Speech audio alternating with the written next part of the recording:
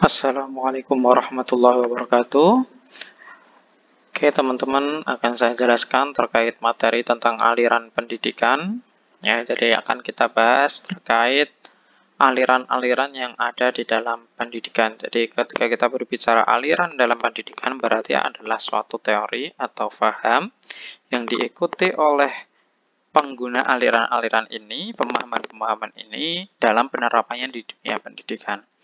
Nah, nanti alirannya itu dibagi dalam fase aliran klasik atau yang lama dan fase aliran gerakan baru dalam pendidikan.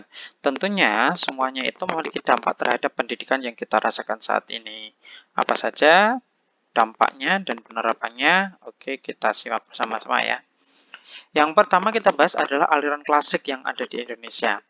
Aliran klasik yang ada di Indonesia di dalam pendidikan, aliran klasik dalam pendidikan ya, nanti di Indonesia juga diadopsi, tapi tidak semuanya. Nah, aliran klasik dalam pendidikan itu meliputi ada, kalau dalam teorinya kebanyakan itu menyebutkan 4. Cuma nanti kita pembahasannya ada 6 ya. Yang pertama adalah aliran empirisme. Dari kata empirisme, kita berarti memiliki makna bahwasanya lingkungan atau pengalaman. Jadi, aliran empirisme ini memiliki makna pahamnya adalah manusia itu dilahirkan dengan jiwa dan watak yang hampir sama, yaitu suci dan bersih.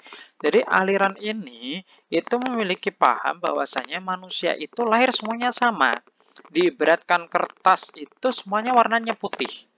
Nah, aliran ini menganggap bayi itu lahir ya putih semuanya, tidak memiliki faktor bawaan atau faktor genetik atau faktor orang tua atau mungkin faktor bakat bawaan itu tidak ada. Jadi aliran ini menganggap semuanya sama. Nah, siapa yang akan membuatnya berwarna? Pendidikan atau lingkungan yang akan membuatnya menjadi berbeda-beda. Jadi yang akan mewarnainya menjadi merah, kuning, hijau, biru, dan lain sebagainya itu adalah pendidikan atau lingkungannya. Aliran ini juga dikenal sebagai positivisme pendidikan. Ya, jadi sangat mendukung adanya pengaruh lingkungan terhadap pembentukan seseorang. Nah, selanjutnya aliran yang kedua. Aliran yang kedua ini adalah pertentangan terhadap aliran empirisme, yaitu aliran nativisme.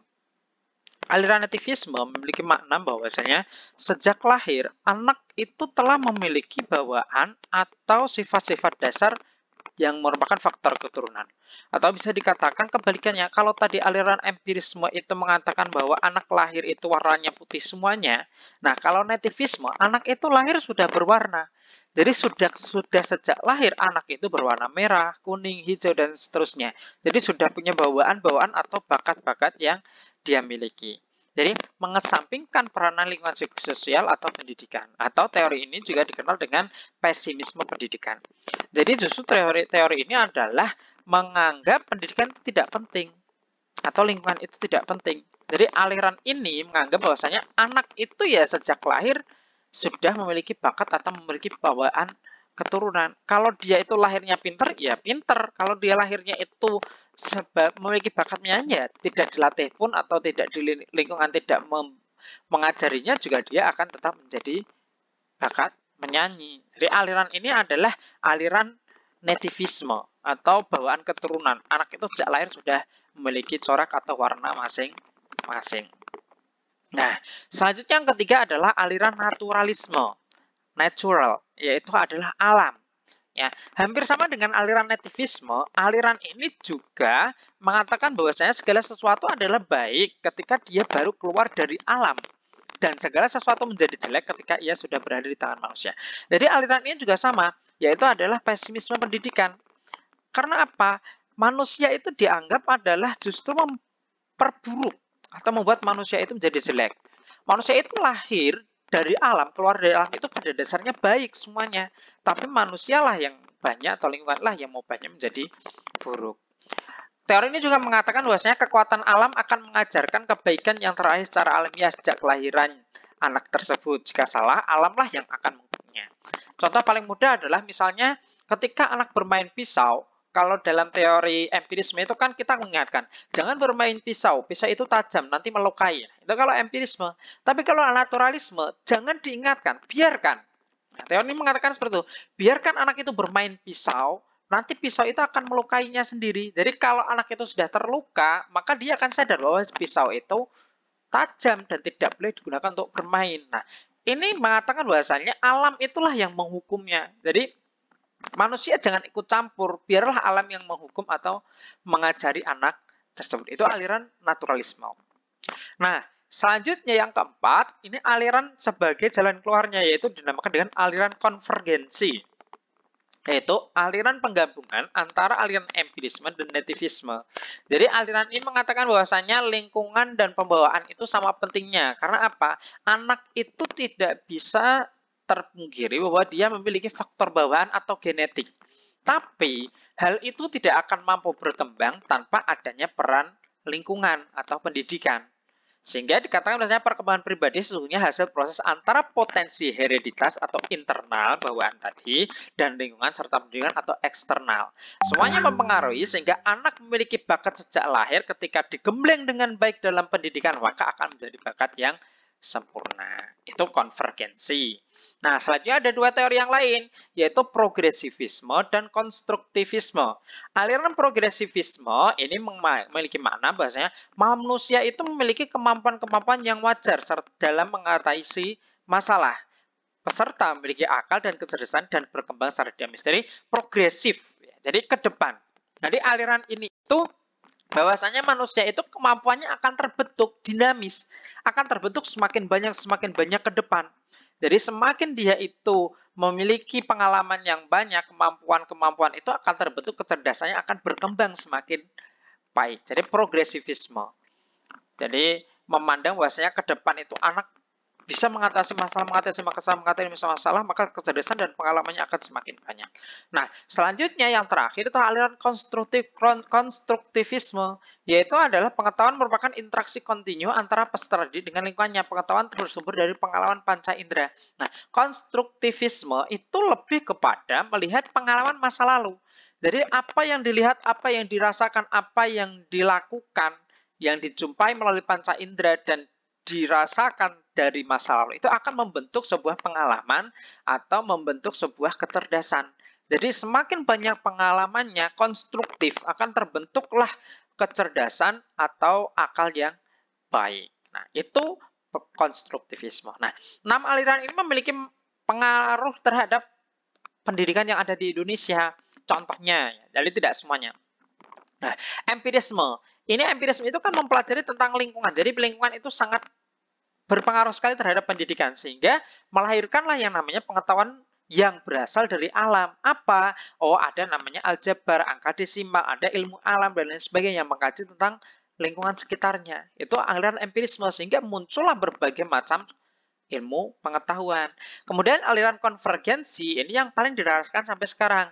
Di mana seorang pendidik itu dalam melaksanakan proses pendidikan atau mendidik, maka dia akan berusaha untuk mencari tahu bawaan atau faktor hereditas dari anak dan faktor bakat yang ia miliki atau latar belakang yang ia miliki sehingga nanti dalam proses empirismenya atau proses pendidikannya itu lebih mudah atau guru mengajarnya itu lebih mudah sesuai dengan passionnya atau misalnya dia memiliki kecerdasan linguistik atau kecerdasan matematik maka akan diarahkan kepada sesuai kemampuan atau minat bakatnya. Nah, selain itu ada yang namanya gerakan baru dalam pendidikan. Kalau tadi aliran klasiknya, ini gerakan barunya. Yaitu ada pengajaran alam sekitar, ada pengajaran pusat perhatian, kemudian ada sekolah kerja, pengajaran proyek. Semua itu merupakan gerakan baru dalam pendidikan. Yang kita bahas pertama pengajaran alam sekitar. Pengajaran alam sekitar itu memiliki makna bahwasanya pendidikan yang mendekatkan anak dengan sekitarnya, yaitu mengetahui barangnya dulu, baru namanya. Jadi mengajar anak itu bisa dikatakan learning by doing. Jadi anak itu diajak ke alam, dia akan menemukan benda. Oh ini apa ya? Nah tahu barangnya dulu, baru dia diberitahu namanya atau tahu namanya. Oh ini namanya batu. Nah, bukan dia mengangan-angan. Oh batu itu bentuknya keras, bulat, ada brinjal-brinjalnya. Nah, bukan seperti itu, tapi dia mengetahui barangnya dulu, baru tahu namanya. Ini pengajaran alam sekitar. Jadi learning by doing sehingga anak itu akan lebih mudah menyerap ilmu atau pengalamannya. Yang kedua adalah pengajaran pusat perhatian. Nah, ini tantangan guru saat ini. yaitu di mana pengajaran itu harus bisa menjadi pusat perhatian peserta didik. Pengajaran mulai pusat-pusat minat anak apa, pengajaran harus dapat berfungsi atau berbagai dengan apa? Menggunakan berbagai variasi agar perhatian siswa terpusat pada bahan ajar, didasarkan pada kebutuhan anak dalam hidup dan perkembangannya. Jadi, era saat ini misalnya tentang gencarnya penggunaan Android. Nah, bagaimana di dalam pembelajaran itu mampu mengalihkan perhatian anak yang mungkin tentang game, Android, sehingga anak itu perhatiannya lebih kepada pembelajaran. Kalau pembelajaran hanya menggunakan metode klasik atau tradisional yang mungkin tidak mengikuti perkembangan zaman, maka anak akan cenderung bosan di dalam kelas sehingga perhatiannya akan terhadap apa? Terhadap hal yang lebih menyenangkan yang menjadi minatnya. Maka pembelajaran di dalam kelas harus mampu mengalihkan perhatian anak terhadap hal-hal yang tidak berhubungan dengan pembelajaran, atau memang pembelajaran itu harus dikemas menjadi pusat perhatian. Yang selanjutnya adalah sekolah kerja. Nah, salah satu tujuan pendidikan itu adalah menyiapkan anak untuk terjun di dunia pendidikan. Sehingga banyak sekali muncul SMK, yaitu sekolah-sekolah yang menuju lulusannya adalah siap kerja, di mana pembelajarannya itu mengarah pada keterampilan-keterampilan. Jadi pendidikan tidak hanya demi kepentingan individu, tapi juga demi kepentingan masyarakat. Karena apa? Masyarakat itu membutuhkan produk-produk hasil pabrik, kemudian hasil dari buatan manusia, misalnya jasa-jasa, di mana itu membutuhkan keterampilan-keterampilan yang bisa didapatkan dari dunia pendidikan. Kewajiban sekolah di sini mempersiapkan anak untuk dapat bekerja. Jadi adanya jurusan-jurusan sekolah menengah kerja, misalnya teknik komputer, kemudian mesin, dan lain-lain, itu tujuannya adalah untuk memenuhi kebutuhan masyarakat dan anak siap kerja supaya dia bisa memiliki keterampilan yang khusus. Yang selanjutnya adalah pengajaran proyek. Ini salah satu bentuk dari kurikulum 2013, yaitu pembelajaran berbasis proyek, di mana memberikan kebebasan pada anak untuk menentukan pilihan, merancang, dan memimpinnya. Siswa diberi tugas untuk memecahkan masalah, di mana dia akan bekerja secara gotong royong maupun individu untuk mencari solusi ataupun mencari sebuah penemuan baru, ilmu baru dari proyek yang ia kerjakan. Nah, itu namanya pengajaran proyek.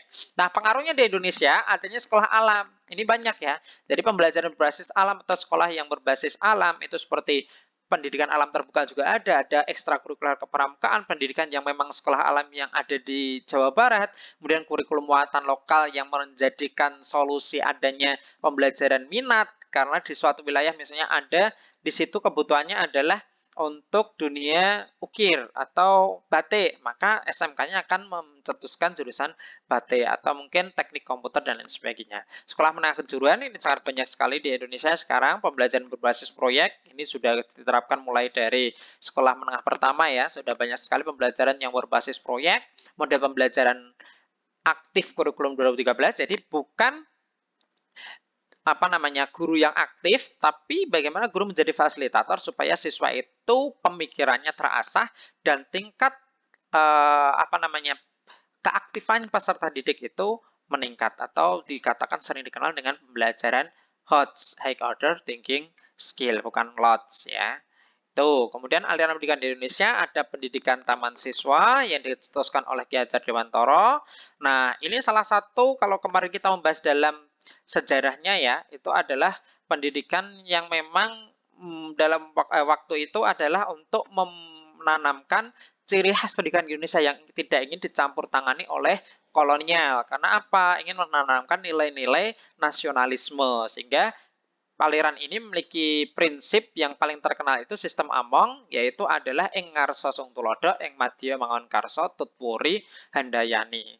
Dalam pendidikan itu, di depan memberikan contoh, di tengah memberikan semangat, dan di belakang menjadikan dorongan. Itu dari aliran pendidikan oleh Ki Hajar Dewantara, dan sekarang sekolah taman siswa itu masih sangat banyak sekali. Kemudian yang kedua, INS Kayu Tanam ya.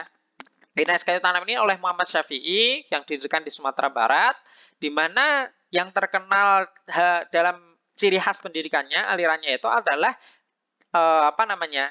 tiga hal pokok yang dapat dikembangkan dalam mendidik, itu melihat, mendengar, dan bergerak. Dan paling banyak itu adalah anak itu melihat. Nah, pada saat itu ya, jadi melihat itu 45%, mendengar itu 20%, bergerak 35%. Sehingga di IAS Kayu Tanam ini juga punya sebuah semboyan atau moto, yaitu belajar, bekerja, berbuat. Nah, belajar itu dengan melihat, membaca, mendengar, dan lain sebagainya. Bekerja itu bergerak juga, berbuat juga bergerak. Jadi, banyak melakukan dengan mengamati, kemudian mendengarkan lingkungan sekitar, dan melakukan sesuatu untuk memecahkan masalah. Itu pada masa IAS Kayu Tanam. Nah, selanjutnya kalau dalam Islam itu ada gerakan pendidikan Muhammadiyah, yang dulu pernah saya singgung juga di sejarahnya.